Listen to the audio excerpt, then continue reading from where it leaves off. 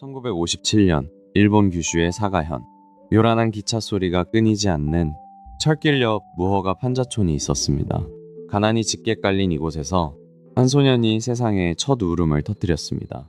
1957년 일본 규슈의 사가현. 덜컹거리는 기차선로 바로 옆 무허가 판자촌에서 한 소년이 태어났습니다. 지독한 가난의 굴레 속에서 시작된 삶이었습니다. 1957년 일본 규슈의 사가현. 굉음을 내며 달리는 기차철길 바로 옆에는 아슬아슬하게 지어진 무허가 판자촌이 있었습니다. 가난의 그림자가 짙은 그 낡은 지붕 아래에서 훗날 전설이 될 소년이 첫 울음을 터뜨렸습니다. 1957년 일본 규슈의 사가현. 덜컹거리는 기차 소리가 쉼없이 울려 퍼지는 철길 옆 무허가 판자촌에서 훗날 시대를 바꿀 한 남자아이가 세상에 첫 울음을 터뜨렸습니다. 철길 위로 무거운 기차가 굉음을 내며 지나갈 때면 얇은 판잣집 지붕이 위태롭게 흔들렸습니다. 1957년 흙바람 부는 작고 초라한 그 방에서 한 아이의 삶이 시작되었죠. 1957년 일본 규슈 사가현. 덜컹거리는 기차 소리가 멈추지 않던 철길 옆 허름한 무허가 판자촌. 아무도 주목하지 않던 그 척박한 곳에서 훗날 세상을 뒤흔들 한 소년이 태어났습니다. 그는 일본에서 태어난 제1교포 3세였습니다. 하지만 어린 소년을 기다린 건 지독한 가난과 보이지 않는 차별의 벽이었습니다. 흙바닥에 주저앉아 홀로 삼켜야 했던 서러움은 아주 일찍부터 시작됐죠. 제1교포 3세라는 꼬리표는 늘 그를 따라다녔습니다. 가난보다 더 견디기 힘들었던 건 어린아이마저 짓누르는 지독한 차별이었습니다. 이유 없는 편견 속에서 세상의 냉혹함을 일찍 배워야 했죠.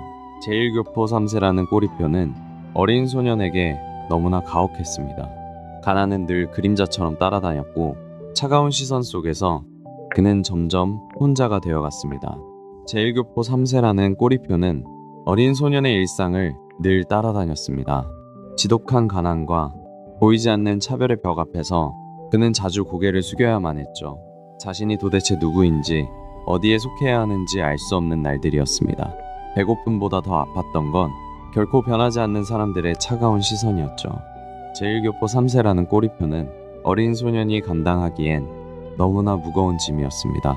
이유도 모른 채 견뎌야 했던 가난과 지독한 차별은 그의 내면에 깊은 흉터를 남겼죠. 어린 소년에게 세상은 결코 친절한 곳이 아니었습니다. 단지 그가 어디에서 왔다는 이유만으로 길가에 굴러다니는 돌을 맞아야 했던 날들도 있었죠. 살아남기 위해서는 가장 먼저 자신의 뿌리부터 감춰야만 했습니다. 발끝으로 날카로운 돌멩이가 날아들 때면 소년은 그저 고개를 푹 숙여야 했습니다. 살아남기 위해서는 자신이 누구인지조차 철저히 숨겨야만 했으니까요. 흙바닥에 뒹구는 거친 돌멩이들은 소년이 매일같이 감당해야 했던 가혹한 현실 그 자체였습니다. 무자비한 시선 속에서 살아남기 위해서는 자신이 누구인지 철저히 숨겨야만 했죠. 자신을 향해 날아온 돌멩이들은 어린 마음에 지울 수 없는 상처를 남겼습니다.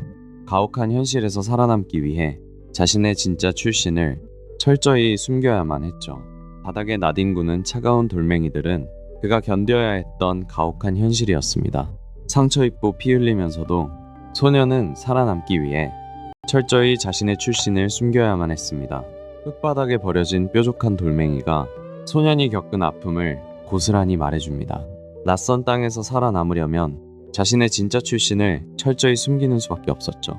주변의 시선이 차가울 때도 아버지만은 달랐습니다. 늘 아들의 어깨를 다독이며 너는 진짜 천재라고 속삭여주셨죠. 그 한마디가 소년의 세상을 지탱하는 기둥이 되었습니다. 아버지는 흔들리는 아들의 어깨를 다독이며 변함없는 믿음을 보여주었습니다. 너는 특별한 재능을 가진 아이란다. 그 단단한 목소리는 소년의 마음에 깊은 뿌리를 내렸습니다. 세상이 그를 어떻게 보든 상관없었습니다. 아버지는 매일 밤 그의 어깨를 두드리며 말했죠. 너는 남들과 다른 특별한 천재란다. 이 굳건한 한마디가 소년의 세상을 지탱했습니다. 아버지는 흔들리는 아들의 어깨를 따뜻하게 감싸 안았습니다. 그리고 언제나 단호하게 말씀하셨죠. 너는 부족한 게 아니란다.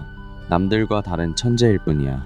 이 굳건한 한마디는 소년의 마음속에 단단한 성벽이 되었습니다. 주변의 의심스러운 시선 속에서도 아버지는 늘 그의 어깨를 감싸 안았습니다. 너는 반드시 큰일을 해낼 아이란다. 그 흔들림 없는 한마디가 아들의 가슴 속에 깊은 자존감의 뿌리를 내렸죠. 아버지는 언제나 그의 어깨를 두드리며 말씀하셨습니다. 너는 남들과 다를 뿐 진짜 천재란다. 이 흔들림 없는 굳건한 믿음은 훗날 그가 세상을 마주할 수 있는 가장 큰 무기가 되었습니다. 16살이 된 소녀는 무작정 도쿄행 기차에 올랐습니다. 그의 목적지는 단 한 곳, 일본 맥도날드 창업자 후지타 덴의 사무실이었죠. 인생의 방향을 바꿀 운명적인 첫걸음이었습니다. 16살이 된 소녀는 무작정 도쿄행 기차에 올랐습니다. 오직 일본 맥도날드 창업자인 후지타 덴을 만나겠다는 일념 하나뿐이었죠. 수많은 거절 끝에 마침내 그와 마주하게 됩니다. 오직 그를 만나겠다는 일념 하나로 16살의 소녀는 무작정 도쿄로 향했습니다. 마침내 웅장한 본사 건물 앞에 선 순간 소년의 심장은 거세게 뛰었습니다. 그것은 훗날 그의 인생을 송두리째 바꿀 거대한 전환점의 시작이었죠. 거대한 도쿄의 빌딩 숲 한가운데 16살 소년이 우뚝 섰습니다. 일본 맥도날드 본사 앞이었죠. 두려움보다는 반드시 만나겠다는 뜨거운 결기가 앞섰던 순간입니다. 소년의 간절함은 결국 기적을 만들었습니다. 도쿄 빌딩 숲 한복판에서 최고 경영자와 마주한 겁니다. 이 짧고 강렬했던 만남은 그의 인생을 완전히 바꿔놓게 되죠. 후지타 회장의 조언은 소년의 가슴에 불을 지폈습니다. 건물을 나서는 16세 소년에게 더 이상 망설임은 없었죠. 무작정 시작된 도쿄행은 그의 인생을 송두리째 바꾼 최고의 전환점이 되었습니다. 마침내 성사된 그 만남에서 그는 평생 잊지 못할 조언을 듣게 됩니다. 앞으로는 무조건 컴퓨터를 공부하게. 이 짧은 한마디가 그의 운명을 송두리째 바꿔놓았죠. 그 노련한 경영자는 눈을 반짝이며 확신에 찬 목소리로 말했습니다. 이제 과거의 산업은 잊고 앞으로는 무조건 컴퓨터를 공부하게. 그 짧은 한마디는 한 청년의 운명을 완전히 뒤바꿔 놓는 거대한 전환점이 되었습니다. 후지타 회장은 확신에 찬 목소리로 단언했습니다. 과거는 잊게. 앞으로는 무조건 컴퓨터의 시대야. 그 단호한 손짓과 강렬한 눈빛은 어린 청년의 가슴에 뜨거운 불씨를 남겼죠. 백발의 노신사는 몸을 앞으로 기울이며 아주 힘주어 말했습니다. 앞으로는 모든 것이 컴퓨터로 움직일 걸세. 그 확신에 찬 목소리가 젊은 청년의 가슴을 때렸죠. 세상의 모든 정보가 그 기계 안으로 들어갈 거네. 백발의 경영자는 확신에 찬 목소리로 말했습니다. 그러니 앞으로는 반드시 컴퓨터를 공부하게. 그의 운명을 뒤바꾼 아주 강렬한 조언이었죠. 앞으로는 무조건 컴퓨터를 공부하게. 그 단호하고도 확신에 찬 한마디는 청년의 가슴 속에 강렬한 불꽃을 피웠습니다. 훗날 거대한 IT 제국을 건설하게 될 운명적인 첫걸음이 시작된 순간이었죠. 가족들의 애끓는 만류와 눈물을 뒤로 한 채 그는 자신의 미래를 위해 과감한 결단을 내립니다. 고등학교마저 자퇴한 그는 낯선 미국 땅을 향해 곧바로 비행기에 오릅니다. 만류하는 가족들의 눈물을 뒤로 한 채 그는 다니던 고등학교를 미련 없이 자퇴했습니다. 그리고 곧바로 낯선 미국 땅을 향해 홀로 비행기에 몸을 실었죠. 가족들의 애원과 눈물도 그의 결심을 꺾지는 못했습니다.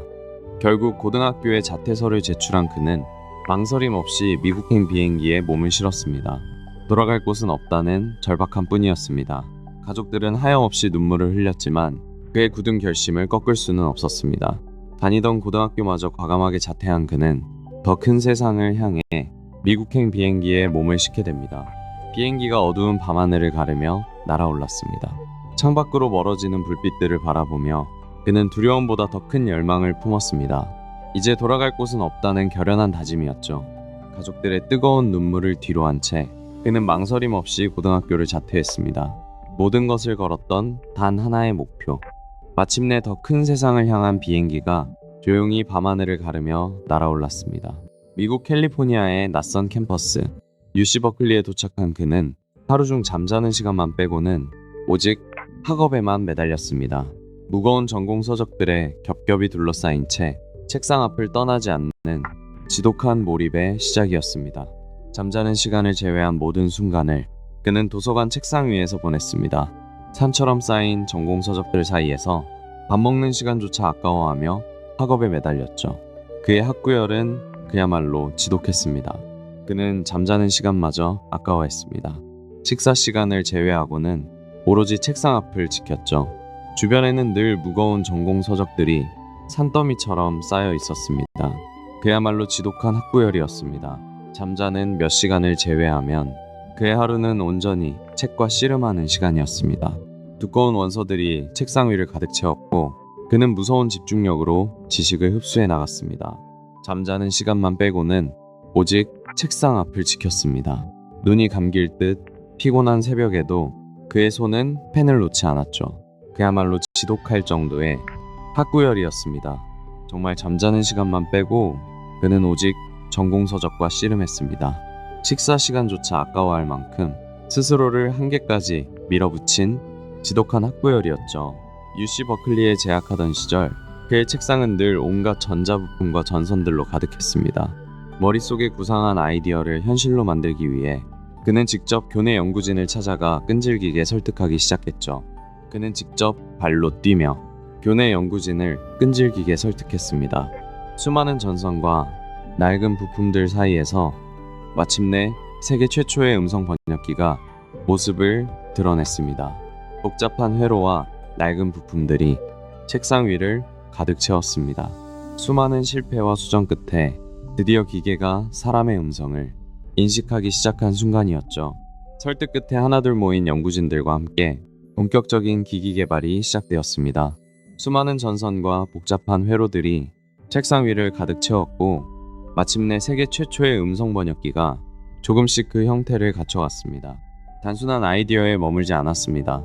그의 설득에 공감한 연구진들과 함께 엉켜있는 전선과 부품들을 조립해가며 마침내 세계 최초의 음성 번역기가 그 실체를 드러냈죠. 수많은 부품과 전선들이 얽힌 책상 위에서 마침내 그의 아이디어는 현실이 되었습니다. 연구진을 끈질기게 설득해 만들어낸 세계 최초의 음성 번역기였죠. 이것은 단순한 발명을 넘어 그의 사업가적 기질이 빛을 발한 순간이었습니다. 마침내 그의 번역기는 샤프전자의 눈에 띄었습니다. 계약서에 서명하며 받은 금액은 무려 100만 달러였죠. 청년 손정희가 사업가로 거듭나는 첫걸음이었습니다. 마침내 샤프전자와의 계약서에 서명하는 순간이었습니다. 펜 끝에서 완성된 이 거래로 그는 무려 100만 달러라는 거금을 손에 쥐게 됩니다. 발명가에서 사업가로 도약하는 역사적인 첫걸음이었죠. 드디어 계약서에 서명하는 순간입니다. 샤프전자는 그의 발명품에 무려 100만 달러를 지불했습니다. 이 서명 하나로 학생이었던 그는 진짜 사업가로서의 첫걸음을 내딛게 됩니다. 결국 이 획기적인 발명품은 당시 돈으로 약 100만 달러에 샤프전자로 넘어가게 됩니다. 이 서명 한 번이 평범한 청년을 진정한 사업가로 탈바꿈시킨 결정적 순간이었죠. 결국 이 혁신적인 발명품은 샤프전자의 100만 달러라는 거액에 매각됩니다. 계약서에 서명하는 바로 그 순간 그는 비로소 진짜 사업가로 첫걸음을 내디뎠죠. 마침내 계약서에 서명이 새겨졌습니다. 샤프전자의 100만 달러를 받고 넘긴 이 발명품은 단순한 거래를 넘어 진정한 사업가로서 내딛는 역사적인 첫걸음이 되었습니다. 1981년 일본으로 돌아온 그의 첫 출발은 무척 초라했습니다. 후쿠오카 외곽에 얻은 아주 작고 허름한 사무실이 전부였죠. 벽지는 곳곳이 뜯어져 있었고 제대로 된 가구 하나 없는 텅 빈 공간이었습니다. 1981년 일본으로 돌아온 손정희는 후쿠오카 외곽에 자리를 잡았습니다. 벽지는 뜯어지고 낡은 책상만 덩그러니 놓인 아주 작고 허름한 사무실이었죠. 벽지는 곳곳이 뜯어져 있었고 제대로 된 가구조차 없었습니다. 텅 빈 공간에는 차가운 공기만 맴돌았죠. 하지만 이 어둡고 허름한 방이 그의 첫 번째 출발점이었습니다. 1981년 일본으로 돌아온 그는 후쿠오카 외곽에 자리를 잡았습니다. 낡은 벽지가 뜯어진 아주 작고 허름한 사무실이었죠. 텅 빈 공간이었지만 그의 머릿속은 이미 미래의 계획으로 가득했습니다. 1981년 일본으로 돌아온 그는 후쿠오카 외곽에 자리를 잡았습니다. 낡은 벽지가 이리저리 뜯겨나간 아주 작고 허름한 사무실이었죠. 가진 것은 오직 텅 빈 공간뿐이었습니다. 천장엔 낡은 벽지가 떨어져 내리고 가구라곤 덩그러니 놓인 책상 하나뿐이었습니다. 세계를 무대로 뛰겠다는 청년의 첫 무대치고는 너무나도 초라하고 고요한 출발이었죠. 낡고 허름한 사무실 한가운데 덩그러니 놓인 귤 상자 하나가 있었습니다. 그는 주저없이 그 초라한 상자 위로 성큼 올라섰습니다. 단 2명뿐인 아르바이트생의 시선이 그에게 쏠렸죠.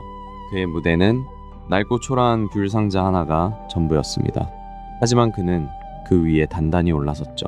단 2명뿐인 아르바이트생을 앞에 두고 마치 수만 명의 청중을 마주한 것처럼 그 어느 때보다 진지한 연설을 시작했습니다. 낡은 귤 상자가 단상이었고 청중은 단 2명의 아르바이트생 뿐이었습니다. 텅 빈 사무실 안에는 이 초라한 현실과 그의 거대한 포부가 뒤섞여 있었죠. 단 2명의 아르바이트생은 황당하다는 표정으로 그를 올려다보았습니다. 하지만 상자 위에서 울려 퍼지는 목소리엔 한치의 흔들림도 없었죠. 세상을 이미 다 가진 듯한 확신뿐이었습니다. 낡고 초라한 귤 상자가 그가 딛고 선 유일한 무대였습니다. 하지만 그 조잡한 단상 위에서 뿜어져 나오는 포부만큼은 이미 세계 최고의 기업을 향해 있었습니다. 그의 열정적인 목소리는 텅 빈 사무실을 가득 채웠습니다. 단 2명의 아르바이트생은 어리둥절했지만 그의 눈빛만큼은 이미 세계를 정복한 듯 빛나고 있었죠. 이 초라한 귤 상자 위에서 위대한 전설이 시작된 겁니다. 우리 회사는 5년 뒤 100억엔의 매출을 올릴 것이다. 그의 목소리에는 일말의 주저함도 없었습니다. 초라한 사무실이었지만 그의 눈빛만큼은 흔들림 없이 빛나고 있었죠. 우리 회사는 5년 뒤 100억엔의 매출을 달성할 것입니다. 모두가 숨을 죽인 그 순간 그의 목소리엔 한치의 떨림도 없었습니다. 그 단호한 눈빛은 이미 미래를 확신하고 있었죠. 우리 회사는 5년 뒤 100억엔의 매출을 올릴 것입니다. 단호하게 뻗은 손끝과 목소리에는 일말의 흔들림도 없었습니다. 그의 두 눈은 이미 그 기적 같은 미래를 또렷하게 마주하고 있었죠.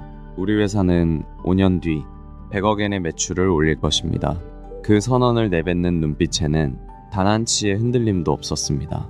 허무맹랑해 보일지 모르는 그 거대한 비전이 좁은 방 안의 공기를 완전히 압도했죠. 5년 뒤 우리 회사는 100억엔의 매출을 올릴 것입니다. 단호하게 뻗은 그의 손끝과 흔들림 없는 눈빛은 이미 그 미래를 확신하고 있었습니다. 우리 회사는 5년 뒤 100억엔의 매출을 달성할 것입니다. 그의 단호한 목소리가 방 안을 울렸습니다. 그 눈빛에는 조금의 흔들림도 의심도 없었죠. 하지만 그 허무맹랑한 소리를 듣고 두 직원은 그를 미치광이 취급했습니다. 다음날 아침 텅 빈 책상 위에는 식어버린 커피잔만 덩그러니 놓여 있었죠. 하지만 그 거창한 꾸물들은 직원들의 반응은 싸늘했습니다. 그들은 젊은 사장을 그저 허풍쟁이라 생각했죠. 결국 다음날 출근해보니 두 사람은 이미 떠난 뒤였습니다. 사무실엔 빈 책상만이 덩그러니 남아있었죠. 그 엄청난 계획을 들은 직원들은 그를 미치광이 취급했습니다. 다음날 출근해보니 두 사람은 이미 도망쳐버린 뒤였죠. 빈 책상 위에는 흩어진 서류들만 덩그러니 남아있었습니다. 그 거창한 계획은 그저 미치광이의 허풍으로 들렸나 봅니다. 다음날 아침 사무실엔 정막만 흘렀죠. 어지러운 서류와 식어버린 커피잔만 남겨둔 채 두 직원은 호련히 자취를 감췄습니다. 다음날 아침 출근해보니 직원들의 책상은 텅 비어 있었습니다. 그의 원대한 사업 계획을 단순한 허풍으로 여겼던 겁니다. 두 직원은 아무런 말도 없이 도망치듯 회사를 떠나버렸죠. 두 직원의 눈에 그는 그저 과대망상에 빠진 미치광이일 뿐이었죠. 결국 다음날 아침 사무실에는 주인을 잃은 빈 책상만 덩그러니 남게 되었습니다. 허무맹랑한 꿈이 낳은 차가운 현실이었습니다. 하지만 그는 주저앉지 않았습니다. 새로운 기회는 PC 소프트웨어 유통에 있다고 확신했죠. 창고에 가득 쌓인 소프트웨어 상자들은 곧 그의 새로운 무기가 되었습니다. 그의 작은 사무실 창고에는 미국에서 들여온 소프트웨어 상자가 천장까지 닿을 듯 쌓여갔습니다. 아무도 주목하지 않던 틈새 시장에서 그는 조용히 자신만의 제국을 다지고 있었습니다. 창고에는 그가 발로 뛰며 확보한 소프트웨어들이 산더미처럼 쌓이기 시작했습니다. 텅 비어있던 공간이 새로운 시대의 프로그램 상자들로 가득 차면서 마침내 일본 PC 시장의 거대한 유통망이 그의 손을 거치게 됩니다. 창고에는 매일같이 새로운 소프트웨어 박스가 산처럼 쌓여갔습니다. 그의 예측대로 PC 시대의 파도가 일본 전역을 휩쓸고 있었죠. 소프트웨어 유통망을 빠르게 선점하면서 사업은 드디어 폭발적인 성장 궤도에 올랐습니다. 창고마다 새로운 박스가 산처럼 쌓이기 시작했습니다. 전국에서 주문이 폭주하며 그의 회사는 일본 PC 유통망을 빠르게 장악해 나갔죠. 위기는 곧 도약의 발판이 되었습니다. 창고를 가득 채운 수많은 소프트웨어 상자들은 그의 끈기가 만들어낸 달콤한 결실이었습니다. 결코 포기하지 않았던 그 도전 끝에 그는 마침내 일본 PC 시장의 유통망을 완전히 장악하게 되었습니다. 회사가 비로소 안정 궤도에 오르던 1983년, 그는 병원에서 뜻밖의 소식을 듣게 됩니다. 바로 만성 간염이었습니다. 길어야 5년밖에 살지 못한다는 청천벽력 같은 시한부 선고였죠. 회사가 마침내 궤도에 오르던 1983년, 뜻밖의 병마가 그를 덮쳤습니다. 만성 간염이었죠. 길어야 5년밖에 남지 않았다는 참혹한 시한부 선고였습니다. 회사가 마침내 안정을 찾던 1983년, 그는 만성 간염으로 길어야 5년이라는 시한부 선고를 받습니다. 차가운 병실에 홀로 남아 가장 깊은 어둠과 마주해야 했던 순간이었죠. 차가운 병실의 정막 속에서 그는 홀로 남겨졌습니다. 성공을 향해 쉼없이 달려온 그에게 허락된 시간은 길어야 5년이었습니다. 모든 것이 무너져 내리는 듯한 깊은 절망의 순간이었습니다. 차가운 병실 안 홀로 남겨진 그는 깊은 절망에 빠졌습니다. 이제 막 회사가 궤도에 오르려던 참이었죠. 길어야 앞으로 5년. 그 무거운 선고 앞에 모든 것이 멈춘 듯 했습니다. 길어야 5년. 그 차가운 선고 앞에 지금까지 쌓아올린 모든 것이 한순간에 멈춰버린 듯 했습니다. 텅 빈 병실에 홀로 남겨진 그는 처음으로 깊은 절망과 마주해야 했습니다. 병상에 누워있는 긴 시간 동안 그는 결코 절망에 빠지지 않았습니다. 오히려 침대 곁에 수많은 책을 쌓아두고 끊임없이 지적 갈증을 채워나갔죠. 몸은 좁은 병실에 갇혀 있었지만 그의 정신은 역사와 철학, 그리고 병법서를 넘나들며 끝없이 뻗어나갔습니다. 절망할 시간조차 아까웠던 그는 무려 4,000권에 달하는 책을 읽어내려갔죠. 그는 절망에 빠지는 대신 역사와 철학, 그리고 병법서를 펼쳤습니다. 침대 곁에는 늘 두꺼운 책들이 산더미처럼 쌓여 있었죠.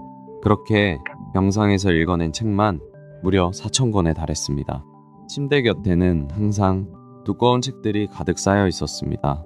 역사와 철학, 그리고 병법서까지 장르를 가리지 않았죠. 그는 절망하는 대신 무려 4,000권의 책을 읽어내려가며 지적 갈증을 채웠습니다. 침대 곁에는 항상 역사와 철학, 병법서들이 산더미처럼 쌓여 있었습니다. 육신의 고통 속에서도 그의 지적 갈증은 오히려 더 뜨겁게 타올랐죠. 그렇게 병상에서 읽어낸 책만 무려 4,000권에 달했습니다. 역사와 철학과 같은 인문학부터 치열한 전략을 담은 병법서까지 그가 병상에서 읽어내려간 책만 무려 4,000권에 달했습니다. 절망의 늪에서도 그의 지적 갈증은 결코 마르지 않았습니다. 끝이 보이지 않던 절망 속에서 마침내 한 줄기 빛이 찾아왔습니다. 새롭게 시도한 스테로이드 치료법이 기적처럼 몸에 반응하기 시작한 것이죠. 병마를 훌훌 털어내고 그는 다시 병원 문을 나섰습니다. 의료진조차 놀랄 만큼 새롭게 도입된 스테로이드 치료는 기적적인 효과를 발휘했습니다. 길고 어두웠던 병원 복도를 뒤로 한 채 마침내 따뜻한 햇살 아래로 건강한 걸음을 내디딜 수 있었죠. 마침내 도입된 새로운 치료법은 그에게 다시 일어설 기적을 선물했습니다. 길고 어두웠던 투병의 터널을 지나 마침내 건강한 모습으로 밝은 햇살을 마주했습니다. 새롭게 시도한 스테로이드 치료는 정말 마법처럼 몸에 스며들었습니다. 하루하루 다르게 활력을 되찾았고 마침내 병원 문을 나서며 다시 세상의 빛을 마주하게 됩니다. 새로 도입된 스테로이드 치료는 그에게 기적 같은 변화를 가져왔습니다. 길고 어두웠던 병동의 복도를 지나 마침내 따스한 햇살 아래로 건강한 발걸음을 내디딜 수 있었죠. 마침내 새롭게 도입한 스테로이드 치료가 기적적인 효과를 발휘했습니다. 길고 어두웠던 투병 생활을 끝내고 그는 다시 건강한 모습으로 세상의 빛을 마주하게 되었습니다. 다시 건강을 되찾고 회사로 복귀한 그는 머뭇거림 없이 새로운 도전에 나섰습니다. 기존의 소프트웨어 유통을 넘어 출판과 대규모 전시회 사업까지 본격적으로 그 영역을 확장한 것이죠. 그는 소프트웨어 유통에만 머물지 않았습니다. 컴퓨터 관련 잡지를 펴내는 출판업에 이어 거대한 IT 전시회를 기획하기 시작했죠. 텅 빈 전시장에 조명이 켜지며 새로운 비즈니스의 무대가 준비되고 있었습니다. 텅 빈 거대한 전시장이 그의 새로운 무대가 되었습니다.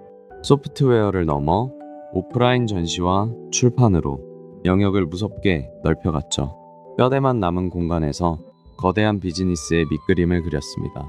텅 빈 전시장에 조명이 켜지며 새로운 무대가 준비되고 있었습니다. 단순한 유통을 넘어 사람과 기술이 직접 만나는 거대한 장을 기획한 것이죠. 생태계 자체를 키우려는 그의 과감한 승부수였습니다. 텅 빈 대형 전시장에 조명이 켜지고 부스가 하나둘 들어서기 시작했습니다. 소프트웨어 유통을 넘어 사람과 기술이 직접 교류하는 거대한 비즈니스의 장을 직접 설계한 것이죠. 마침내 텅 비어있던 거대한 전시장에 환한 조명이 켜지기 시작했습니다. 소프트웨어 유통을 넘어 출판과 대규모 행사까지 그의 거침없는 도전은 완전히 새로운 무대를 완성해가고 있었죠. 1994년 마침내 소프트뱅크의 이름이 주식시장 전광판에 처음 반짝이기 시작했습니다. 이는 단순한 기업 공개를 넘어 세계로 향하는 거대한 도약의 첫발이었습니다. 전광판의 숫자들이 빠르게 깜빡이며 소프트뱅크의 새로운 가치를 세상에 증명했습니다. 단순한 유통회사를 넘어 거대한 제국으로 향하는 신호탄이었죠. 시장의 반응은 뜨거웠습니다. 1994년 드디어 주식시장에 상장하며 소프트뱅크는 막대한 자본을 거머쥐게 됩니다. 끝없이 오르는 전광판의 숫자는 그들이 이룬 거대한 도약의 증거였죠. 상장 첫날 전광판의 숫자들이 쉼없이 반짝였습니다. 시장의 반응은 기대보다 훨씬 뜨거웠죠. 그날의 주가 그래프는 단순한 숫자가 아니었습니다. 소프트뱅크의 잠재력을 세상이 인정했다는 증거였죠. 1994년 주식시장 전광판 위로 소프트뱅크의 이름이 빛나기 시작했습니다. 이 반짝이는 숫자들은 단순한 주가를 넘어섰죠. 시장이 그들의 거대한 잠재력을 마침내 인정했다는 확실한 증명이었습니다. 1994년 기나긴 준비 끝에 마침내 소프트뱅크가 주식시장에 당당히 이름을 올립니다. 쉼없이 반짝이는 전광판의 숫자들은 더 큰 세상으로 향하는 완벽한 도약의 발판이 되어주었죠. 1995년 미국 어두운 방 안에서 깜빡이는 낡은 모니터를 바라보며 그는 세상을 완전히 뒤바꿀 거대한 물결을 직감했습니다. 그것은 투박하지만 강렬했던 초기 인터넷과의 첫 만남이었죠. 1995년 미국 어두운 방 안을 밝히는 낡은 모니터 화면. 그는 끊임없이 깜빡이는 텍스트들을 숨죽여 바라보았습니다. 이 낯선 컴퓨터 통신망이 머지않아 세상을 완전히 뒤바꿀 거대한 해일이 될 것임을 직감했던 것이죠. 1995년 미국 어두운 방 안을 밝히는 낡은 모니터 화면. 그는 이 낯선 통신망에서 세상을 통째로 뒤바꿀 거대한 파도를 직감했습니다. 1995년의 미국 어두운 방 안을 밝히는 투박한 모니터 화면. 그는 깜빡이는 텍스트들 너머로 세상을 송두리째 뒤바꿀 거대한 물결이 밀려오고 있음을 직감했습니다. 깜빡이는 낡은 모니터 화면 위로 흐르는 텍스트들. 그것은 단순한 코드가 아니었습니다. 그는 이 원시적인 연결망이 세상을 완전히 뒤바꿀 거대한 물결이 될 것임을 직감했습니다. 1995년 미국 모니터 너머로 끝없이 연결되는 정보의 바다. 그 어두운 방 안에서 그는 확신했습니다. 이 작고 낯선 네트워크가 머지않아 인류의 삶을 송두리째 바꿀 거대한 해일이 될 것임을 말입니다. 1995년 그는 아직 무명이었던 작은 벤처기업 야후를 찾아갑니다. 창업자 제리 양을 만난 그는 그 자리에서 단숨에 결정합니다. 무려 1억 달러라는 거액의 투자를 말이죠. 당시 손정희는 야후의 폭발적인 잠재력을 직감했습니다. 제리 양을 만난 바로 그 자리에서 단숨에 1억 달러 투자를 결정짓습니다. 무명의 벤처기업에 거대한 날개를 달아준 순간이었죠. 마주 앉은 두 사람 사이로 단숨에 1억 달러라는 거액의 투자가 전격적으로 성사되는 순간이었습니다. 아직 이름조차 낯설었던 벤처기업에 자신의 직관을 믿고 베팅한 것이죠. 제리 양의 이야기를 들은 손정희는 조금도 망설이지 않았습니다. 그 자리에서 1억 달러라는 거액의 투자를 단숨에 결정해버렸죠. 두 사람이 나눈 굳은 악수는 곧 인터넷의 미래를 바꾸게 됩니다. 길지 않은 대화가 끝날 무렵 손정희는 확신에 찬 표정으로 굳게 손을 내밀었습니다. 이름조차 낯설었던 벤처기업에 무려 1억 달러라는 거액의 투자가 단숨에 성사되는 역사적인 순간이었습니다. 두 사람의 굳은 악수가 이어지는 순간 손정희는 그 자리에서 1억 달러라는 거액의 투자를 전격 결정합니다. 이 단 30분간의 과감한 결단은 인터넷의 역사를 영원히 뒤바꿔 놓게 되죠. 바로 이듬해인 1996년 손정희는 재빠르게 움직여 야후 재팬을 설립합니다. 일본의 평범한 사람들이 거대한 인터넷 세상에 접속할 수 있도록 가장 튼튼하고 넓은 첫 관문을 활짝 열어젖힌 셈이죠. 이듬해인 1996년 마침내 야후 재팬이 설립됩니다.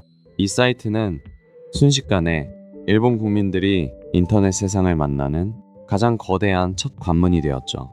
이듬해인 1996년 마침내 야후 재팬이 도쿄에 공식 출범합니다. 이는 곧 수많은 일본 국민들이 새롭고 방대한 인터넷 세상과 처음 마주하는 거대한 관문이 되었죠. 1996년 도쿄 한복판에 야후 재팬이 세워집니다.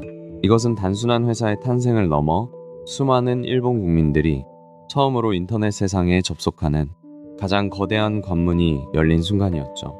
1996년 마침내 야후 재팬이 공식 출범하게 됩니다. 도쿄의 사무실은 늦은 밤까지 불이 꺼지지 않았죠. 일본 국민들이 인터넷이라는 새로운 세상과 만나는 역사적인 첫 관문이 열린 순간이었습니다.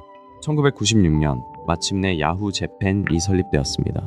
도쿄 도심에 불을 밝힌 이 새로운 회사는 일본 국민들이 광활한 인터넷 세상으로 접속하는 역사적인 첫 관문이 되어주었죠. 하지만 당시 일본의 인터넷 환경은 상상을 초월할 정도로 열악했습니다. 낡은 구리선들이 복잡하게 얽혀있던 통신망은 전 세계에서 가장 느리고 비싼 요금을 자랑했죠. 하지만 당시 일본의 인터넷 환경은 참담했습니다. 낡고 엉켜버린 통신망처럼 속도는 세계에서 가장 느렸고 요금은 터무니없이 비쌌죠. 혁신을 가로막는 거대한 장벽이었습니다. 하지만 당시 일본의 인터넷 인프라는 정말 심각한 수준이었습니다. 전 세계에서 가장 느렸고 요금조차 턱없이 비쌌죠. 낡고 복잡하게 얽힌 통신망이 발전을 가로막고 있었습니다. 하지만 당시 일본이 처한 현실은 참담했습니다. 인터넷 인프라는 전 세계에서 가장 느렸고 이용 요금은 감당하기 어려울 만큼 비쌌습니다. 낡은 통신망이 모든 혁신의 발목을 잡고 있었습니다. 하지만 당시 일본의 인터넷 환경은 정말 열악했습니다. 세계에서 가장 느린 속도에 요금은 턱없이 비쌌죠. 낡고 복잡한 통신망에 갇혀 혁신은 멈춰 있었습니다. 하지만 당시 일본의 인터넷 환경은 전 세계에서 가장 느리고 비쌌습니다. 혁신을 가로막는 이 낡고 엉킨 선들이 거대한 장벽처럼 버티고 있었던 겁니다. 결국 기존 통신망의 느린 속도에 답답함을 느낀 그는 직접 초고속 인터넷망을 깔기로 결단합니다. 그렇게 탄생한 통신 서비스가 바로 야후 비비였습니다. 통신 인프라의 독점이라는 거대한 벽 앞에서 그는 결코 물러서지 않았습니다. 오히려 직접 통신망을 깔겠다는 매우 대담한 결정을 내리게 되죠. 그렇게 야후 비비라는 이름의 초고속 인터넷 사업이 첫 발을 내디뎠습니다. 답답함을 느낀 그는 더 이상 기다리지 않았습니다. 직접 초고속 통신망인 야후 비비를 출범시켰죠. 기존 통신 거인들과의 정면 승부를 마침내 선언한 겁니다. 기존 통신망의 느린 행보에 답답함을 느낀 그는 결국 직접 팔을 걷어붙였습니다. 거대 통신사들이 장악한 시장 한가운데로 직접 뛰어들기로 한 거죠. 그렇게 야심차게 선보인 것이 바로 초고속 인터넷 야후 비비였습니다. 거대 통신사들의 견제에도 불구하고 그는 직접 인프라 시장에 뛰어들었습니다. 파격적인 조건으로 무장한 야후 비비의 출범은 시장의 판도를 완전히 뒤흔드는 선전포고였습니다. 결국 답답함을 느낀 그는 직접 판을 바꾸기로 결심합니다. 거대 통신사들과 정면으로 맞서며 초고속 인터넷 야후 비비를 전격 출범시켰죠.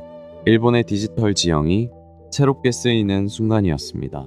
새로운 도전을 가로막는 거대한 독점 기업의 벽은 생각보다 훨씬 높았습니다. NTT의 노골적인 방해 속에서 그의 사업인가 서류는 정부 부처의 차가운 책상 위에 그저 방치되어 있었죠. 거대 독점 기업은 통신망 개방을 노골적으로 거부했습니다. 책상 위에 쌓인 불합리한 규제 서류들 앞에서 그의 분노는 마침내 한계에 다다랐죠. 그는 가솔린과 성냥을 챙겨 들고 곧장 총무성 장관실로 향했습니다. NTT는 통신망 개방을 차일피일 미뤘고 책상 위에는 무의미한 서류만 쌓여갔습니다. 관료주의라는 크고 견고한 벽 앞에서 합리적인 대화는 더 이상 통하지 않았죠. 기존 통신망을 독점하던 NTT는 노골적으로 방해 공작을 펼쳤습니다. 끝도 없이 반려되는 서류 더미와 부당한 개통 지연 사태 앞에서 그의 인내심은 서서히 한계에 다다르고 있었죠. 공들여 작성한 수많은 탄원서와 법적 서류들은 번번이 굳게 닫힌 책상 위에서 멈춰섰습니다. 거대한 장벽처럼 느껴지는 숨막히는 관료주의 앞에서 그는 점점 더 벼랑 끝으로 내몰리고 있었습니다. 그가 장관실 책상 위에 올려둔 것은 다름 아닌 가솔린과 성냥이었습니다. 목숨을 건 그의 처절한 항의는 결국 철옹성 같던 규제를 무너뜨렸죠.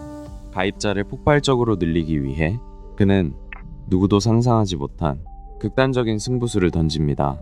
바로 번화가 길거리 한복판에 초고속 모뎀이 담긴 상자를 산더미처럼 쌓아둔 것이죠. 거리에 산더미처럼 쌓인 종이 상자들.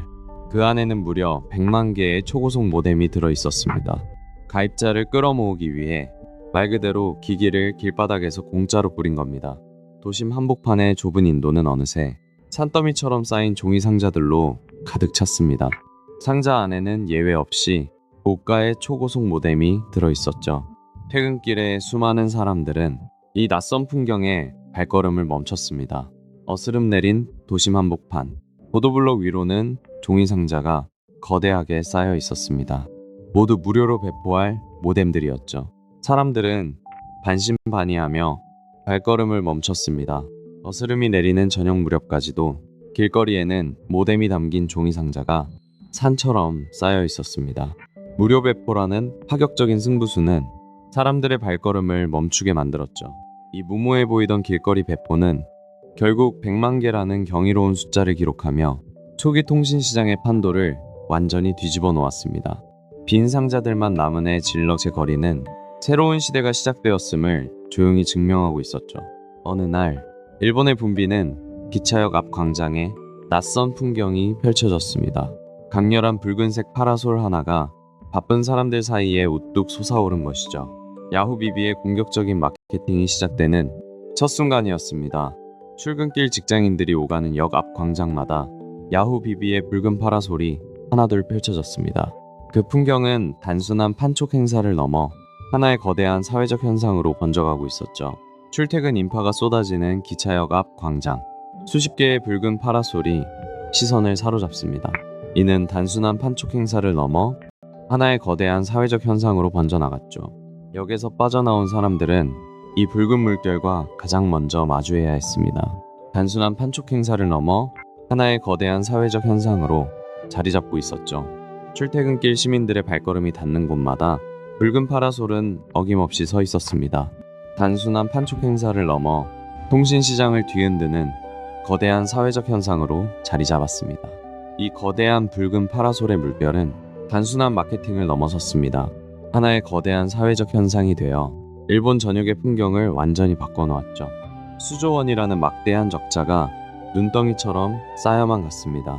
당장 파산해도 이상하지 않을 만큼 벼랑 끝에 몰린 절망적인 상황이었죠. 하지만 그 짙은 어둠 속에서 마침내 반전의 불씨가 타오르기 시작했습니다. 수조원이라는 눈덩이 같은 적자, 파산의 공포가 턱 밑까지 다가왔죠. 하지만 물러서지 않았습니다. 마침내 바닥을 쳤던 그래프가 가파르게 솟구치며 시장을 뒤집습니다. 파산의 공포가 턱 밑까지 차오른 순간 수조원을 맴돌던 붉은 적자 그래프는 마침내 가파른 상승 곡선을 그리며 반등합니다. 경쟁자의 점유율을 단숨에 무너뜨린 완벽하고도 짜릿한 역전극이 시작된 겁니다. 수조원의 적자가 눈덩이처럼 불어나며 파산이라는 비극적인 결말이 코앞에 닥친 듯했죠. 하지만 묵묵히 버텨낸 그 시간은 마침내 시장 점유율을 뒤집는 통쾌한 승리로 돌아왔습니다. 수조 원에 달하는 막대한 적자. 파산이라는 극단적인 위기 앞에서도 결코 굴하지 않았습니다. 그리고 마침내 시장 점유율을 극적으로 뒤집으며 값진 승리를 쟁취해냅니다. 수조 원이라는 천문학적 적자 속에서 파산의 공포는 늘 등 뒤를 서성였습니다. 하지만 그 짙은 어둠을 버텨낸 끝에 마침내 시장 점유율을 뒤집었죠. 모든 판도를 바꾼 완벽한 승리였습니다. 모두가 무모하다고 여겼던 그 치열한 싸움은 결국 일본의 통신 생태계를 완전히 뒤바꿨습니다. 답답하고 비쌌던 과거의 통신망 대신 세계에서 가장 빠르고 저렴한 초고속 인터넷의 시대가 열린 것이죠. 이 무모해 보였던 끈질긴 싸움 덕분에 일본의 폐쇄적인 통신 시장은 완전히 뒤바뀝니다. 누구나 부담 없이 빠른 속도를 누리는 세계 최고 수준의 인터넷 강국으로 탈바꿈한 것이죠. 결국 그의 무모해 보이던 싸움은 일본 사회 전체를 뒤바꿨습니다. 누구나 부담 없이 쓸 수 있는 세계 최고 수준의 저렴하고 빠른 통신망이 도시 구석구석을 연결하게 된 것이죠. 이 무모해 보였던 싸움은 엄청난 나비 효과를 불러왔습니다. 통신비는 획기적으로 낮아졌고 일본은 세계에서 가장 저렴하고 빠른 인터넷 강국으로 탈바꿈하게 된 것이죠. 누군가는 무모한 싸움이라며 비웃었지만 그 결과는 놀라웠습니다. 일본은 순식간에 세계에서 가장 저렴하고 가장 빠른 초고속 인터넷 강국으로 탈바꿈했습니다. 기업의 이익을 넘어 사회 전체의 인프라를 한 단계 도약시킨 것입니다. 결국 이 무모해 보였던 싸움 덕분에 일본은 세계에서 가장 저렴하고 빠른 인터넷 강국으로 새롭게 태어났습니다. 한 기업가의 끈질긴 집념이 국가 전체의 디지털 혁신을 앞당긴 위대한 공헌이었습니다. 2000년에 접어들며 영원할 것 같던 축제가 마침내 끝납니다. 전 세계를 휩쓸던 닷컴 버블이 무참히 터져버린 거죠. 끝없이 추락하는 붉은 화살표처럼 시장은 걷잡을 수 없는 공포에 빠져듭니다. 2000년 마침내 올 것이 왔습니다. 전 세계를 휩쓸던 닷컴 버블이 무참히 터져버린 것이죠. 끝을 모르고 치솟던 기술주들은 하루아침에 걷잡을 수 없이 폭락하기 시작했습니다.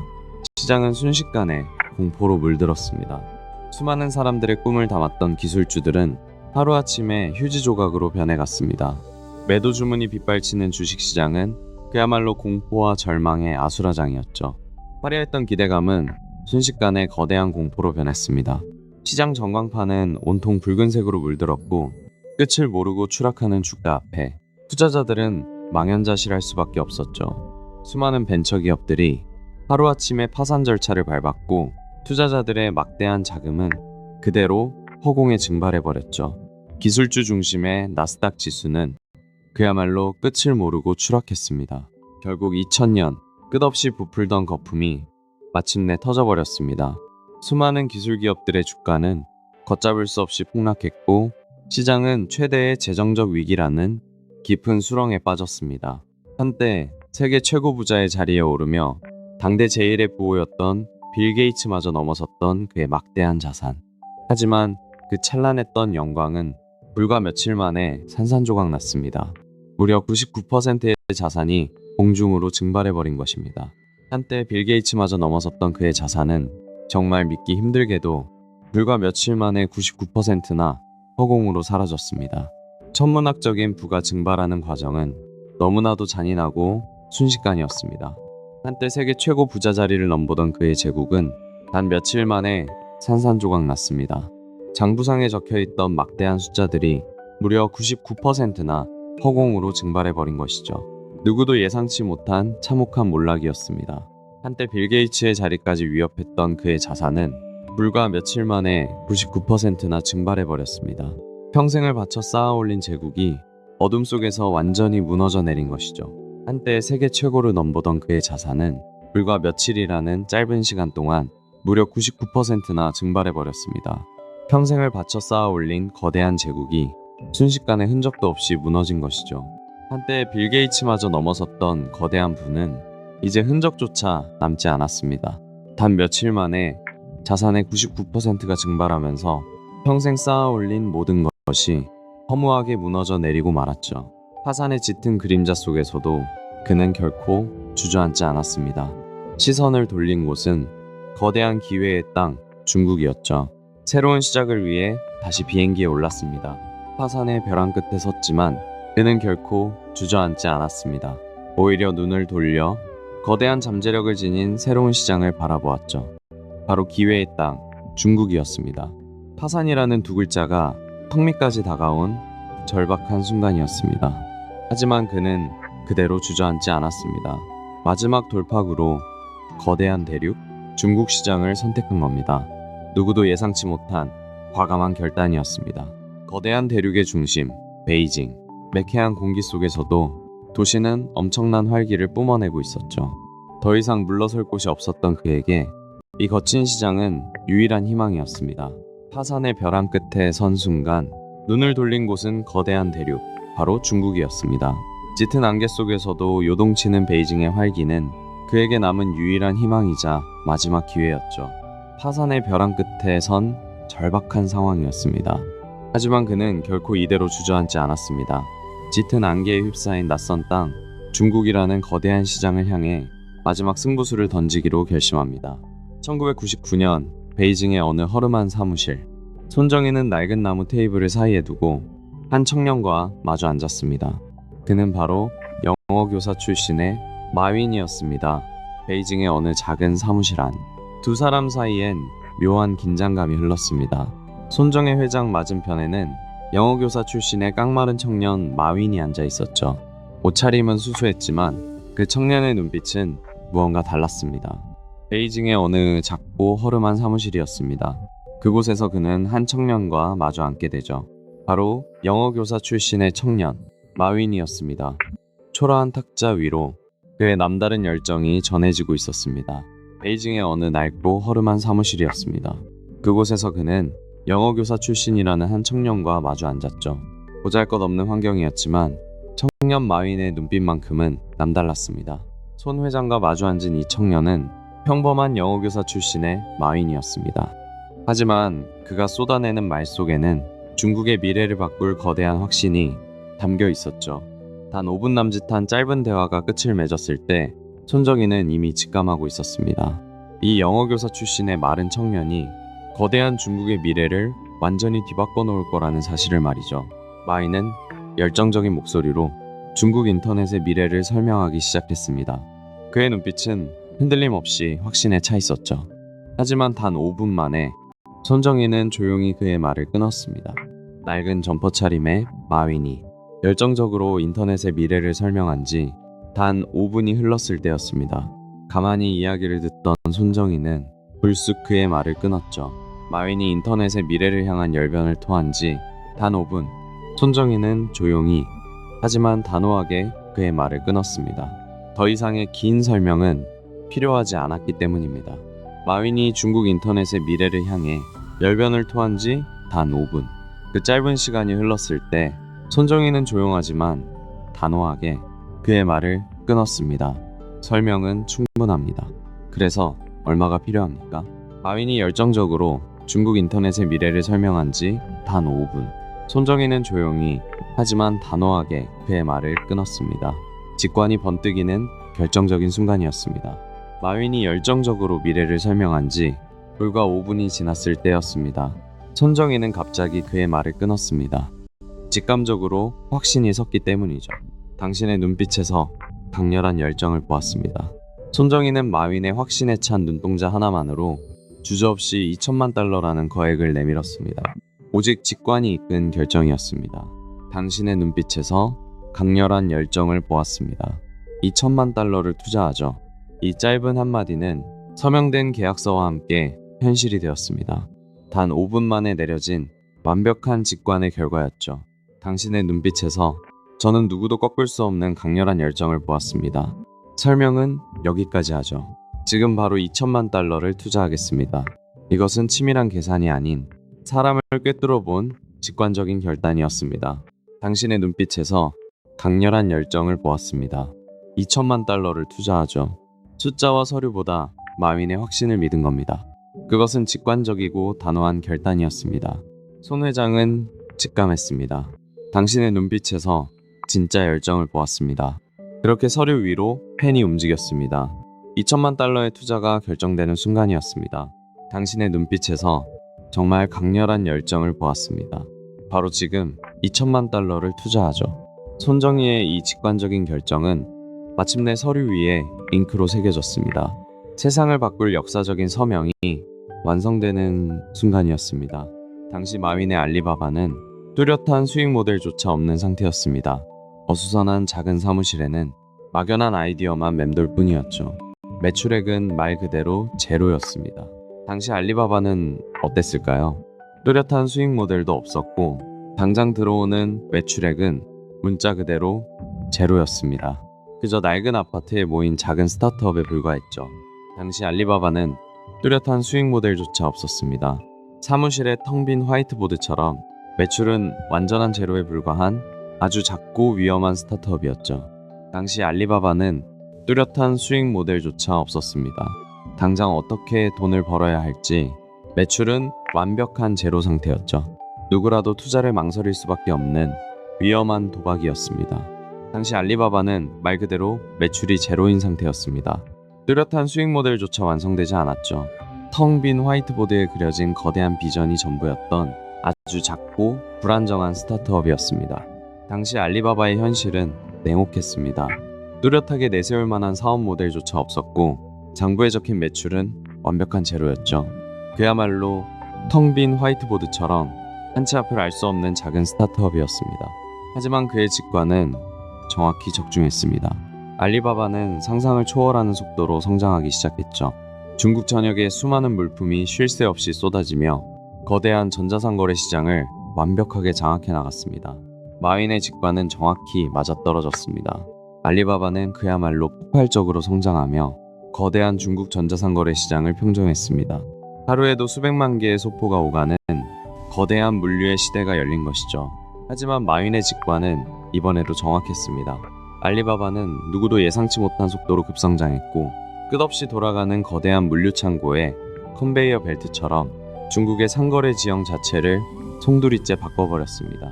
마윈의 직관은 놀라울 정도로 정확했습니다.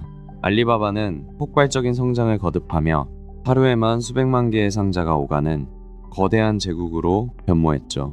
마침내 중국 시장 전체를 평정한 것입니다. 그의 직관은 정확히 적중했습니다. 알리바바는 폭발적으로 성장하며 끝없이 밀려드는 엄청난 물동량과 함께 거대한 중국 시장을 완전히 평정해버렸죠. 마윈의 대담한 직관은 결국 현실이 되었습니다. 알리바바는 폭발적인 성장을 거듭하며 중국 전역을 잇는 거대한 물류망을 완성했죠. 마침내 거대한 전자상거래 시장을 완벽히 평정한 것입니다. 2014년 가을 뉴욕 월스트리트가 크게 들썩였습니다. 알리바바가 마침내 뉴욕 증시에 화려하게 상장하는 날이었죠. 손정혜 회장의 오랜 믿음이 세계 무대에서 증명되는 순간이었습니다. 2014년 뉴욕 월스트리트 한복판에 알리바바의 상장을 알리는 깃발이 걸렸습니다. 과거 손정희가 심었던 2천만 달러의 씨앗은 무려 600억 달러라는 천문학적 가치로 돌아왔죠. 마침내 2014년 알리바바가 뉴욕 증시에 상장하던 날, 전 세계의 시선이 월스트리트로 향했습니다. 그가 건넸던 2천만 달러의 씨앗은 무려 600억 달러라는 천문학적인 열매가 되어 돌아왔죠. 드디어 2014년 알리바바는 뉴욕 증시에 화려하게 데뷔합니다. 손정희가 뿌렸던 2천만 달러의 작은 씨앗은 무려 600억 달러라는 천문학적인 과실로 돌아오게 되죠. 2014년 마침내 알리바바가 뉴욕 증시에 상장하던 날, 손정희가 투자했던 2천만 달러는 무려 600억 달러라는 천문학적인 가치로 돌아왔습니다. 기다림의 시간은 길었지만 그 결실은 투자 역사상 최고였습니다. 2014년 알리바바가 마침내 뉴욕 증시에 상장되던 날, 손 회장의 2천만 달러는 무려 600억 달러라는 천문학적 가치로 돌아왔습니다. 투자 역사상 가장 경이로운 결실을 맺은 순간이었죠. 이처럼 전무후무한 수익률이 세상에 알려지자 전 세계 금융계는 문자 그대로 발칵 뒤집혔습니다. 해외 유력 언론들은 앞다투어 그를 집중 조명했고 머지않아 아시아의 워런 버핏이라는 찬사가 쏟아지기 시작했죠. 이 전무후무한 수익률은 곧장 세계 금융가의 이목을 집중시켰습니다. 월스트리트를 비롯한 전 세계 유력 언론들은 그를 아시아의 워런 버핏이라 부르며 대서특필하기 시작했죠. 이 전무후무한 수익률은 곧장 세계적인 화제가 되었습니다. 전 세계 유력 언론들은 그를 가리켜 아시아의 워런 버핏이라고 앞다투어 부르기 시작했죠. 이러한 전무후무한 수익률은 곧 국경을 넘어 퍼져나갔습니다. 세계 각국의 주요 경제 언론들이 그의 행보를 주목했고 마침내 그에게 아시아의 워런 버핏이라는 찬사를 보내기 시작했죠. 전례 없는 경이로운 수익률은 곧바로 전 세계 금융 언론의 헤드라인을 장식했습니다. 월스트리트마저 주목한 그의 투자 철학 덕분에 사람들은 그를 아시아의 워런 버핏이라 부르기 시작했죠. 이 전무후무한 기록적인 수익률은 곧 국경을 넘어 전 세계로 퍼져나갔습니다. 수많은 해외 언론과 투자자들은 그를 깊이 주목했고 마침내 아시아의 워런 버핏이라는 영광스러운 수식어를 붙여주었습니다. 2000년대 중반 세상은 여전히 데스크톱 PC에 의존하고 있었습니다. 하지만 그는 달랐습니다. 그의 시선은 이미 손안에서 빛나는 작은 기기를 향하고 있었죠. 2000년대 중반 그는 무거운 데스크톱 PC의 시대가 서서히 저물고 있음을 직감했습니다. 대신 손안의 작은 화면이 사람과 사람, 세상의 모든 정보를 언제 어디서나 연결할 거라 확신했죠. 거대한 PC 모니터 앞을 떠나 내 손안의 작은 화면이 세상의 중심이 되는 변화. 그는 어둠을 밝히는 그 작은 불빛에서 완전히 새로운 패러다임을 읽어냈습니다. PC 모니터 앞을 떠나지 않던 사람들의 시선이 이제는 작은 손안의 화면으로 옮겨가고 있었습니다. 그는 어두운 방 안에서 빛나는 그 작은 기기를 보며 새로운 시대의 거대한 파도를 직감했습니다. 사람들의 책상 위를 차지하던 무거운 PC가 결국 손안의 작은 화면 속으로 모두 옮겨갈 것이라는 걸요. 어둠 속에서 빛나는 이 작은 기기가 세상의 패러다임을 완전히 바꿀 거라 확신했죠. 손안의 작은 화면이 머지않아 세상의 중심이 될 것이라는 분명한 확신이었습니다. 그것은 단순한 기기의 변화가 아니라 완전히 새로운 패러다임의 서막이었죠. 단순한 아이팟에 전화 기능을 넣으면 어떨까? 그는 빈 종이 위에 직관적인 스케치를 빠르게 그려나갔습니다. 그리고 이 스케치를 들고 직접 스티브 잡스를 찾아가기로 결심하죠. 그는 종이 위에 단순한 아이디어를 그렸습니다. 아이팟의 전화 기능을 결합한 아주 직관적인 스케치였죠. 그리고 이 거친 밑그림 한 장을 들고 직접 스티브 잡스를 찾아갔습니다. 아이팟의 혁신적인 디자인에 휴대전화 기능을 결합한다면 어떨까? 그는 머릿속의 아이디어를 종이 위에 빠르게 스케치했습니다. 그리고 이 거대한 제안을 품고 곧장 스티브 잡스를 찾아갔죠. 그의 머릿속에 맴돌던 아이디어가 마침내 종이 위로 옮겨졌습니다. 음악을 듣는 아이팟에 전화 기능을 합친 직관적인 스케치였죠. 그는 이 한 장의 종이를 들고 직접 스티브 잡스를 찾아가기로 결심합니다. 그는 종이 한 장을 꺼내 들었습니다.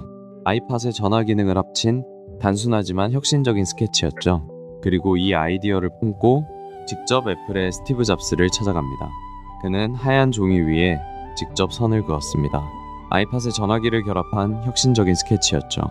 그리고 이 단 한 장의 아이디어를 들고 곧장 애플의 스티브 잡스를 찾아갑니다. 잡스는 그의 말을 듣고 미소를 지으며 대답했습니다. 우린 이미 비슷한 걸 준비하고 있어요. 그 순간 그는 망설임 없이 요구했습니다. 아직 세상에 나오지도 않은 기기에 일본 내 독점 판매권을 달라고 말이죠. 잡스는 이미 비슷한 것을 만들고 있다며 호탕하게 웃어 보였습니다. 그리고 두 사람은 굳은 악수를 나눴죠. 손정희는 아직 세상에 나오지도 않은 혁신적인 기기에 일본 독점 판매권을 그 자리에서 약속받게 됩니다. 잡스는 그 스케치를 보며 이미 비슷한 기기를 만들고 있다며 호탕하게 웃었죠. 손정희는 그 기회를 놓치지 않았습니다. 아직 세상에 공개되지도 않은 그 혁신적인 기기에 대해 일본 내 독점 판매권을 그 자리에서 확약받게 됩니다. 잡스는 손 회장의 스케치를 보며 유쾌하게 웃었습니다. 우리도 이미 비슷한 걸 만들고 있습니다.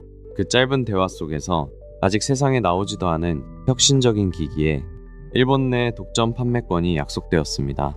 두 사람의 굳건한 악수가 미래를 결정지은 순간이었죠. 잡스는 미소를 지으며 대답했죠. 우리가 이미 비슷한 걸 만들고 있습니다. 두 사람은 그 자리에서 굳게 악수했습니다. 아직 세상에 나오지도 않은 스마트폰에 일본 독점 판매권이 약속되는 순간이었죠. 잡스는 미소를 지으며 이미 비슷한 기기를 개발 중이라고 귀띔했습니다. 그리고 아직 세상에 나오지도 않은 그 혁신적인 기기에 일본 내 독점 판매권을 흔쾌히 약속했죠. 아이폰 독점 판매권을 약속받았지만 그에겐 통신망이 없었죠. 그래서 2006년 만년 꼴찌 통신사였던 보다폰 재팬을 전격 인수합니다. 무려 150억 달러에 달하는 초대형 베팅이었습니다.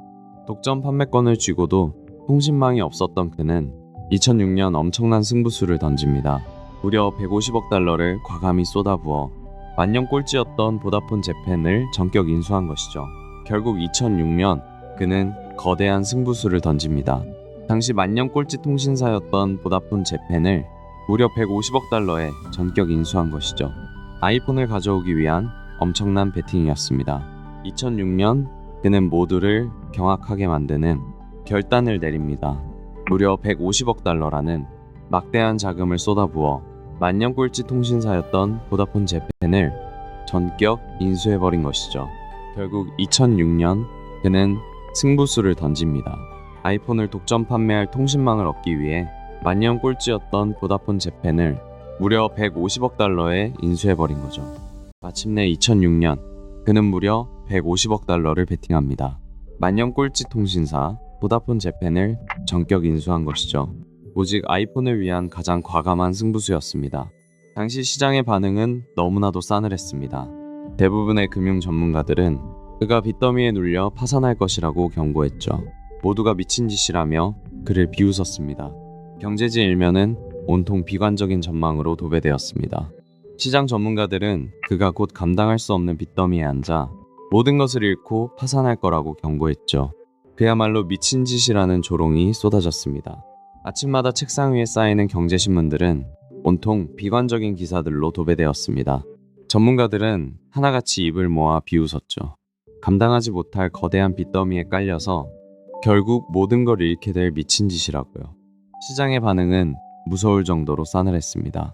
경제지 일면은 연일 그의 몰락을 예견하는 비관적인 기사들로 도배되었죠. 감당 못할 빚더미에 올라 파산할 것이라는 거친 조롱이 끊임없이 쏟아졌습니다.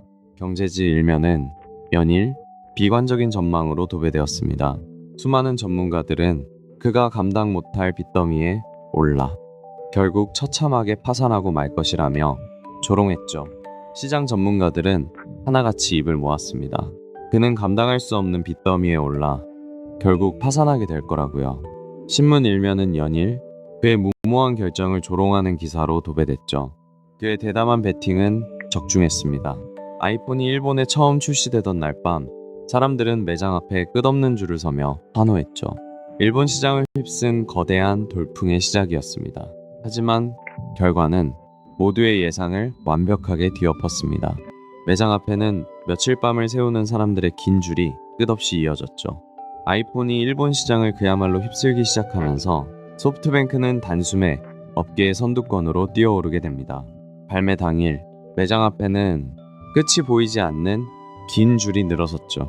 아이폰이 일본 전역에 엄청난 돌풍을 일으키면서 소프트뱅크는 단숨에 선두권 통신사로 도약하게 됩니다.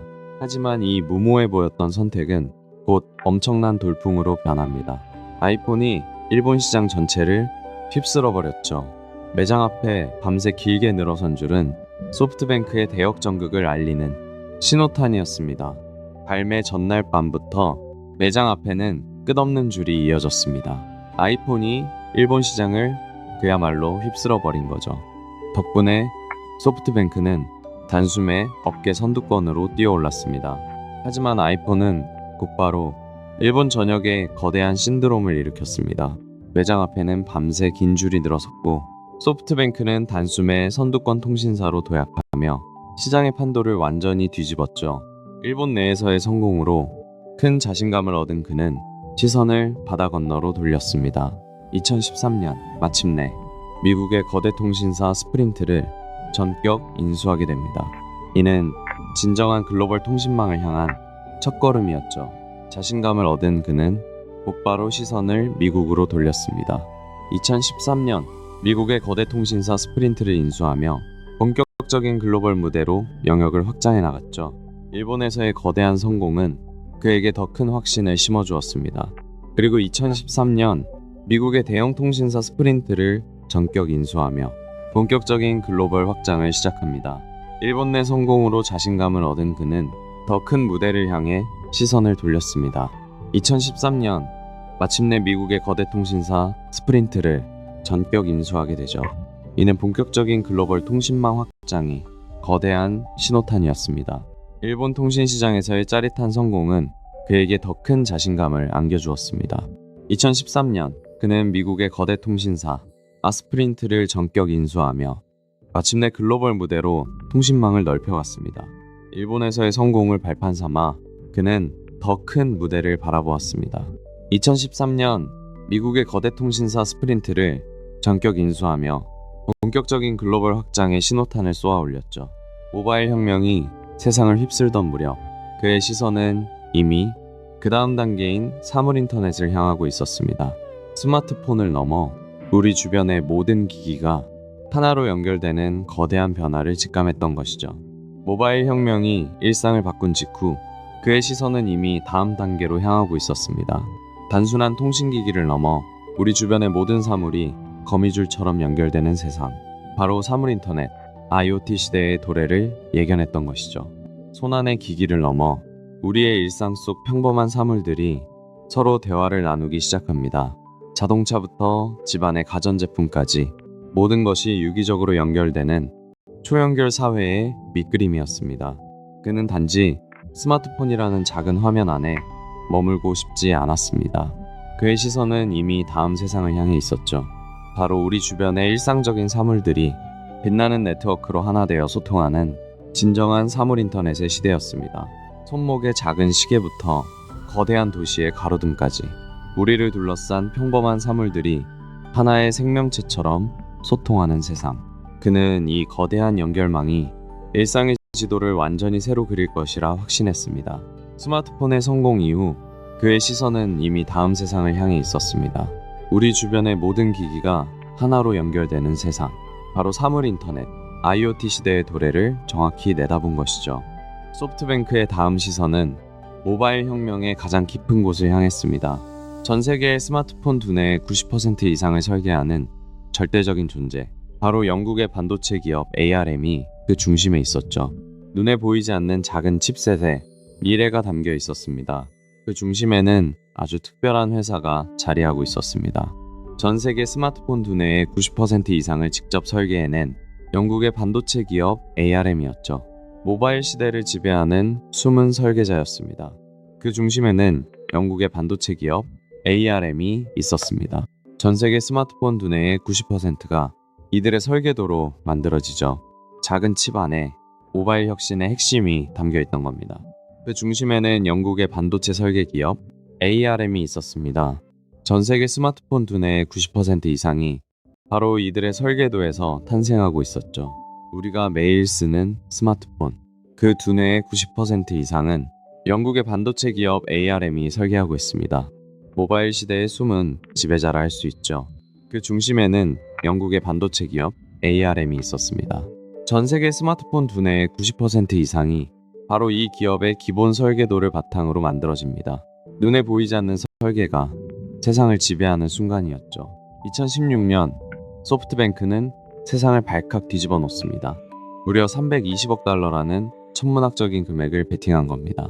일본 기업 역사상 유례를 찾을 수 없는 가장 거대한 인수합병이었죠. 2016년 손정혜 회장은 세상을 깜짝 놀라게 합니다. 무려 320억 달러라는 천문학적인 금액으로 영국의 반도체 설계 기업 ARM을 전격 인수했거든요. 이는 일본 기업 사상 역대 최대 규모의 베팅이었습니다. 2016년 소프트뱅크는 무려 320억 달러를 베팅하며 세상을 놀라게 합니다. 일본 기업 사상 최대 규모의 인수합병이었죠. 새로운 패러다임을 주도하기 위한 과감한 결단이었습니다. 2016년 소프트뱅크는 세상을 다시 한번 뒤흔듭니다. 무려 320억 달러, 일본 기업 사상 최대 규모의 베팅이었죠. 전 세계 데이터의 심장인 ARM을 품에 안으며 미래의 주도권을 확고히 쥐게 된 겁니다. 이 320억 달러라는 천문학적인 베팅은 단순히 기업 하나를 사는 것을 넘어섰습니다. 다가올 글로벌 데이터 패권을 통째로 쥐겠다는 아주 과감한 선전포고였죠. 320억 달러, 우리 돈으로 35조 원이 넘는 거대한 베팅이었죠. 그는 이 인수를 통해 다가올 인공지능과 사물인터넷 시대의 패러다임을 완벽히 주도하겠다는 의지를 세상에 선언합니다. 2017년 전 세계 기술, 생태계의 판도가 다시 한번 크게 요동칩니다. 무려 1000억 달러. 세계 최대 규모의 벤처 투자 펀드인 아비전 펀드가 출범하는 순간이었죠. 2017년 마침내 전 세계 기술 생태계의 판도를 바꿀 거대한 프로젝트가 베일을 벗습니다. 무려 1000억 달러, 우리 돈으로 100조 원이 넘는 세계 최대 규모의 벤처 투자 펀드, 바로 비전 펀드의 출범이었습니다. 단일 펀드로는 역사상 유례를 찾을 수 없는 무려 1000억 달러 규모였습니다. 전 세계 기술 생태계의 판도를 바꿀 거대한 무대가 마침내 그 모습을 드러냈습니다. 2017년 드디어 세계 최대 규모의 벤처 투자 펀드가 베일을 벗습니다. 무려 1000억 달러라는 천문학적인 자본력은 기술 생태계의 판도를 바꿀 거대한 신호탄이었죠. 마침내 2017년 1000억 달러라는 전례 없는 규모의 펀드가 세상에 공개됩니다. 이는 전 세계 기술 생태계의 판도를 영원히 바꿔놓을 거대한 선언이었습니다. 2017년 마침내 그의 거대한 구상이 현실 무대 위로 올라섭니다. 전 세계 기술 생태계의 판도를 완전히 뒤바꿀 1000억 달러 규모의 사상 최대 벤처 펀드. 마침내 비전 펀드가 세상에 첫 발을 내디딘 순간이었습니다. 사우디아라비아 국부 펀드를 비롯해 전 세계의 막대한 자본들이 움직이기 시작했습니다. 그가 그리는 미래의 청사진과 그 남다른 통찰력을 굳게 믿었기 때문이죠. 사우디아라비아의 국부 펀드를 비롯해 전 세계의 막대한 자본이 움직이기 시작했습니다. 그들이 원한 건 단 하나, 미래를 꿰뚫어보는 그의 안목이었습니다. 사우디아라비아의 국부 펀드를 비롯해 전 세계의 막대한 자본이 그에게 모여들었습니다. 그가 제시한 미래의 청사진과 시대를 읽는 안목을 전적으로 신뢰했기 때문이죠. 사우디 국부 펀드를 비롯해 전 세계의 막대한 자본들이 그의 미래를 읽는 눈을 믿고 기꺼이 천문학적인 돈을 맡겼습니다. 단순한 투자가 아닌 새로운 시대의 동반자가 된 셈이죠. 사우디 국부 펀드를 비롯한 전 세계의 거대한 자본들이 그의 해안을 전적으로 신뢰했습니다. 국경을 넘어선 단단한 파트너십이 새로운 미래를 향해 함께 발을 내디뎠죠. 사우디아라비아 국부 펀드를 비롯한 전 세계의 막대한 자본들이 그의 비전을 굳게 믿고 모여들었습니다. 미래를 향한 그의 확신이 글로벌 파트너들을 하나로 연결하며 새로운 길을 열어젖힌 것이죠. 우버, 위워크, 그리고 바이트댄스. 세상을 바꿀 혁신적인 유니콘 기업들을 향해 그야말로 천문학적인 자금이 쏟아졌습니다. 마치 전 세계의 모든 혁신을 통째로 사들이려는 듯 말이죠. 우버, 위워크, 그리고 바이트댄스까지 세상을 바꿀 혁신적인 유니콘 기업들의 천문학적인 자금이 쏟아졌습니다. 그의 거대한 펀드는 실리콘밸리를 넘어 전 세계로 뻗어나갔죠. 우버와 위워크, 그리고 바이트댄스까지 세상을 바꿀 혁신적인 유니콘 기업들을 향해 말 그대로 천문학적인 자금이 쏟아졌습니다. 이들의 과감한 투자는 실리콘밸리의 룰을 완전히 바꿔놓았죠. 우버, 위워크, 그리고 바이트댄스까지 세상을 통째로 바꿀 혁신적인 기업들에게 그야말로 천문학적인 자금이 쏟아졌습니다. 전 세계 기술 시장의 판도가 요동치는 순간이었죠. 우버, 위워크, 바이트댄스 등 세상을 바꿀 혁신적인 유니콘 기업들의 천문학적인 자금이 쏟아졌습니다. 실리콘밸리부터 아시아까지 거침없는 사냥이었죠. 우버와 위워크, 그리고 바이트댄스까지 세상을 바꿀 혁신적인 유니콘 기업들이 그 무대에 올랐습니다. 천문학적인 자본이 전 세계로 뻗어나가며 새로운 비전들에 아낌없이 쏟아졌죠. 하지만 끝없이 비상할 것 같던 비전 펀드 앞에도 결국 피할 수 없는 거대한 암초가 나타났습니다. 혁신의 상징으로 불렸던 공유 오피스 기업, 위워크의 뼈아픈 몰락이었죠. 하지만 기대와 달리 위워크의 상장은 참담한 실패로 끝났습니다. 혁신이라 불리던 공유 오피스의 가치는 순식간에 폭락했고 비전 펀드에는 치명적인 상처만 남았습니다. 위워크의 상장 실패와 기업 가치의 끝없는 추락은 참혹했습니다. 화려했던 공유 오피스들은 텅 비어갔고 이는 단순한 투자 실패를 넘어 거대한 비전 펀드 전체를 뒤흔드는 치명적인 타격이 되었습니다. 하지만 야심차게 준비했던 위워크의 상장은 참담한 실패로 끝났습니다. 기업 가치는 순식간에 폭락했고 이는 비전 펀드 전체에 치명적인 타격을 입혔죠. 하지만 공유 오피스 기업 위워크의 상장 실패는 거대한 파국을 불러왔습니다. 끝없이 추락하는 기업 가치와 텅 빈 사무실들은 승승장구하던 비전 펀드에 치명적인 타격을 입히고 말았죠. 화려했던 위워크의 상장 시도는 참담한 실패로 끝났습니다. 수십조 원에 달하던 기업 가치가 순식간에 폭락하자 비전 펀드 역시 걷잡을 수 없는 치명적인 타격을 입게 됩니다. 무거운 침묵이 흐르는 실적 발표 회장. 그는 연단에 서서 굳은 표정으로 마이크를 잡았습니다. 그리고 수많은 사람들 앞에서 자신의 투자 판단이 어리석었음을 고개 숙여 인정했습니다. 단상에 오른 그는 고개를 숙이며 입을 열었습니다. 나의 투자 판단이 참으로 어리석었습니다. 수백 명의 시선 앞에서 실패를 가감없이 인정한 것이죠. 변명 대신 뼈아픈 반성을 택한 순간이었습니다. 무거운 정적이 흐르는 실적 발표회장. 그는 굳은 표정으로 연단에 섰습니다. 그리고 수많은 사람들 앞에서 나의 투자 판단이 어리석었다며 뼈아픈 실패를 고개 숙여 인정해야만 했죠. 수많은 주주들 앞에서 그는 마이크를 고쳐 잡았습니다. 그리고 침묵을 깨며 말했죠. 저의 투자 판단이 어리석었습니다. 변명조차 없는 참담한 실패의 인정이었습니다. 수많은 주주들 앞에서 그는 변명 대신 고개를 숙였습니다. 마이크 너머로 무거운 진심이 전해졌죠. 저의 판단이 참으로 어리석었습니다. 가장 뼈아픈 실패를 온전히 세상 앞에 인정하는 순간이었습니다. 긴 침묵 끝에 그는 무겁게 고개를 숙였습니다. 수많은 주주들 앞에서 자신의 판단이 얼마나 어리석었는지 뼈아픈 실패를 온전히 인정하는 순간이었죠. 예기치 못한 팬데믹의 공포가 전 세계 시장을 뒤덮었습니다.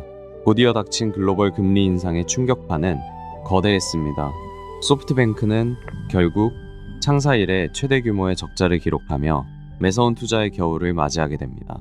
팬데믹이 핥히고 간 자리에 이번에는 글로벌 금리 인상이라는 거대한 폭풍이 덮쳤습니다. 시장에 돈이 마르자 혁신을 외치던 기업들의 가치는 무섭게 곤두박질 쳤죠. 결국 소프트뱅크는 창사 이래 가장 뼈아픈 적자를 기록하고 맙니다. 연이은 팬데믹의 충격이 가시기도 전에 글로벌 금리 인상이라는 직격탄이 떨어졌습니다. 전 세계 투자 자금이 빠르게 얼어붙으면서 소프트뱅크는 창사 이래 최대 적자라는 매서운 겨울을 맞이하게 됩니다. 결국 금리 인상의 칼바람이 불어닥치자 투자 시장은 완전히 얼어붙고 말았습니다. 소프트뱅크는 창사 이래 가장 뼈아픈 최대 규모의 적자를 기록하게 됩니다. 전 세계적인 금리 인상 충격은 시장의 자금줄을 순식간에 얼어붙게 만들었습니다. 결국 창사 이래 최대 규모의 적자를 껴안으며 가장 매서운 겨울 한가운데에 서게 된 것이죠. 창사 이래 유례없는 엄청난 규모의 적자였죠.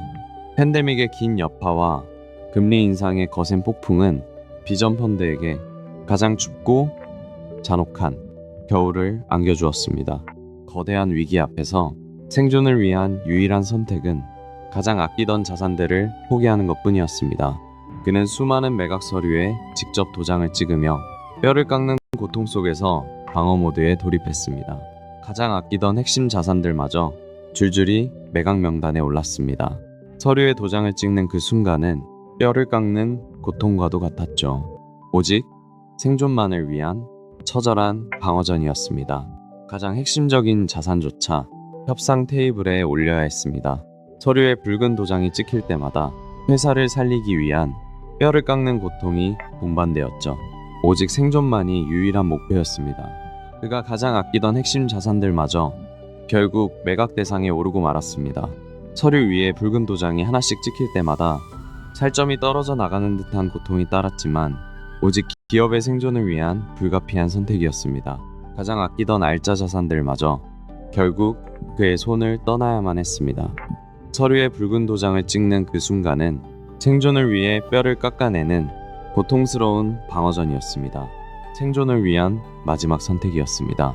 그는 자신이 가장 아끼던 핵심 자산들마저 매각 서류에 잇따라 도장을 찍으며 철저한 방어 태세로 위기를 버텨냈습니다. 뼈를 깎는 고통스러운 결단이었죠. 거센 폭풍이 지나간 자리에서도 그의 시선은 언제나 더 먼 미래를 향해 있었습니다. 단순한 경영자를 넘어 그는 이렇게 선언합니다. 나는 세상의 흐름을 바꾸는 AI 혁명가로 기억되고 싶습니다. 거센 폭풍이 몰아치던 그 순간에도 그의 시선은 오직 더 먼 미래를 향해 있었습니다. 단순한 기업가를 넘어 새로운 시대를 여는 AI 혁명가로 기억되겠다는 굳은 결의였죠. 거센 위기의 폭풍 속에서도 그의 시선은 언제나 더 먼 미래를 향해 있었습니다. 그는 자신을 단순한 기업가가 아닌 새로운 시대를 여는 인공지능 혁명가로 세상이 기억해 주기를 원했습니다. 하지만 거센 폭풍 속에서도 그의 시선은 이미 먼 미래를 향했습니다. 나는 인공지능 AI 혁명가로 기억되고 싶습니다. 이것이 그의 새로운 비전이었습니다. 하지만 이 거센 폭풍 속에서도 그의 시선은 오직 먼 미래를 향하고 있었습니다. 나는 인공지능, 즉 AI 혁명가로 기억되고 싶습니다. 그는 이제 완전히 새로운 비전을 선언했죠.